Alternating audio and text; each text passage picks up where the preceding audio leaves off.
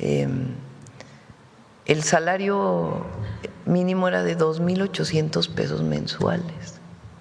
En 2018, 2,800 pesos mensuales. Hoy es de 9,000, casi 500 pesos mensuales. Y en la frontera de 13,000, en la frontera norte. Entonces, pues claro que hay una diferencia. Cuando aumentan los salarios se distribuye la riqueza, porque la generación de riqueza, cuando el salario es muy bajo, pues se queda concentrada en unos cuantos. Hay muchas formas de distribuir la riqueza. Una de ellas es el salario, otras son los programas de bienestar, porque lo que se paga de impuestos se le regresa a la gente en beneficios. Otra muy importante es el acceso a la salud, el acceso a la educación, el acceso a la vivienda, el acceso a los grandes derechos del pueblo de México. Entonces, es un modelo completamente distinto. Antes se ofrecía mano de obra barata, era lo único que se ofrecía. O sea, que las empresas de Estados Unidos o de Canadá vengan a México porque aquí los salarios son de hambre, más o menos. No lo decían así, obviamente, pero esa era la ventaja competitiva de México. Hoy la ventaja competitiva, aunque en efecto los salarios no son los de Estados Unidos, son mejores salarios, pero sobre todo es la capacitación y la gran característica de las y los trabajadores mexicanos. Que yo les comenté, yo hablé con los administradores generales globales, CEO se dice en inglés, de las grandes empresas automotrices y coincidieron plenamente que las empresas más productivas o las fábricas más productivas que tienen todo el mundo, las más productivas son las mexicanas. Y eso es gracias a las y los trabajadores mexicanos. Entonces hoy es muy distinto lo que puede recibir un inversionista en México, pues es mucho más de lo que en aquel entonces era la mano de obra barata.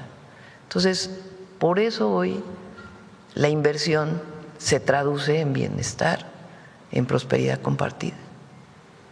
Y ya por último, después de 8 años México vuelve a vivir una ilusión futbolística de esta magnitud, igualmente con una victoria ante Corea en el Mundial de Rusia 2018.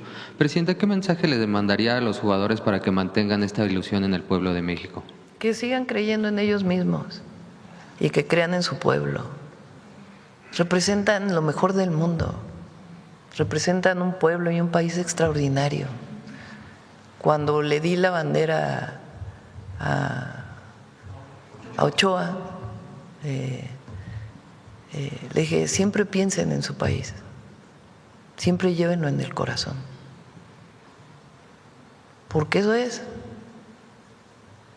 Siempre que lleven a México en el corazón y que crean en ellos mismos. Y todos los mexicanos y las mexicanas, que creamos en estos jóvenes. Imagínense la alegría que le dieron. ¿Cuántos son en la selección? 26. 26 jóvenes. La alegría que le dieron al pueblo de México.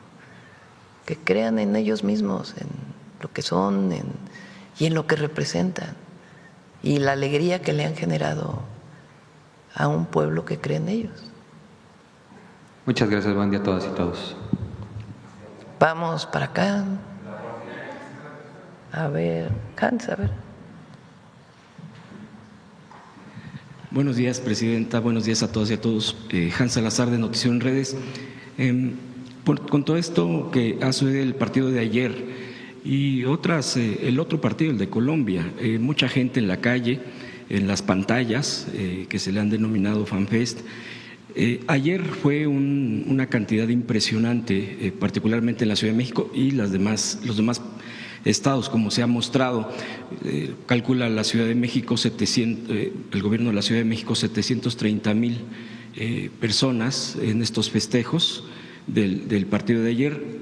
Tuvieron que abrir en algunos momentos aquí el Zócalo por la cantidad, y entiendo que se pusieron más pantallas para que no se saturara, porque había mucha gente que quería entrar al Zócalo.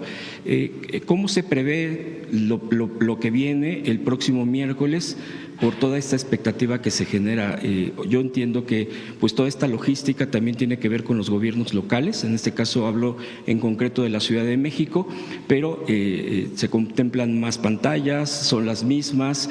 ¿Cómo se está viendo esto para dentro de pues el próximo miércoles?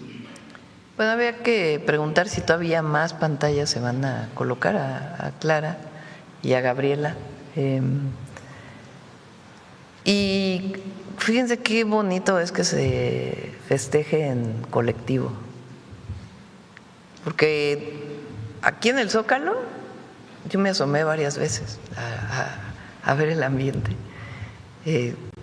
muy bonito, pues estás parado, son 2 horas, 2 horas y media, si llegas 1 hora antes, 3 horas parado viendo el partido pero la gente quiere venir al Zócalo y a los distintos lugares a verlo en colectivo.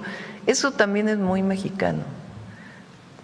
Cuando ves a las familias que se ponen la camiseta verde y se van a casa de la tía, del hermano, del primo, de la abuelita, del amigo, nos gusta celebrar en familia y en colectivo. Entonces, vámonos al Ángel y todos al Ángel a festejar juntos. Nos caracteriza mucho eso y es esta visión colectiva, valores colectivos que tenemos las mexicanas y los mexicanos. Y vamos a ver, vamos a preguntarle a las 3 ciudades sedes y a otros, a los estados, porque todos los gobernadores y gobernadoras se prepararon para poderle dar a la afición, a su pueblo, la posibilidad de verlo de manera gratuita y también en colectivo, en conjunto. Entonces, en todos los estados hay televisiones en las plazas de manera gratuita y aquí en la ciudad, en Monterrey y en Guadalajara también hay muchas televisiones. Entonces, no sé cuántas más vayan a poner, pero con gusto preguntamos y les hacemos saber. Bien, Presidenta, cambiando de tema, el día de ayer la Suprema Corte de Justicia de la Nación votó por unanimidad la no prescripción de los delitos en torno al caso de la guardería ABC. Esta situación que se dio cuando estaba Felipe Calderón, que no hubo castigo prácticamente, hubo mucha impunidad, obviamente mucho dolor, demasiado dolor todavía de las familias que tienen estas consecuencias de lo que ocurrió ese día en Hermosillo, Sonora. Con esto se abre la posibilidad legalmente de castigos a exfuncionarios, personas que tuvieran que ver con esto. Quisiera yo su punto de vista. Pues vamos a preguntarle a la fiscal para que ella pueda dar públicamente más información de qué implicaciones tiene esta resolución de la Corte, que en efecto resolvió que no prescribiera el delito,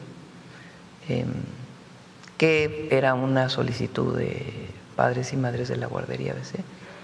Entonces vamos a pedirle a la fiscal que haga un comunicado de qué significa esto.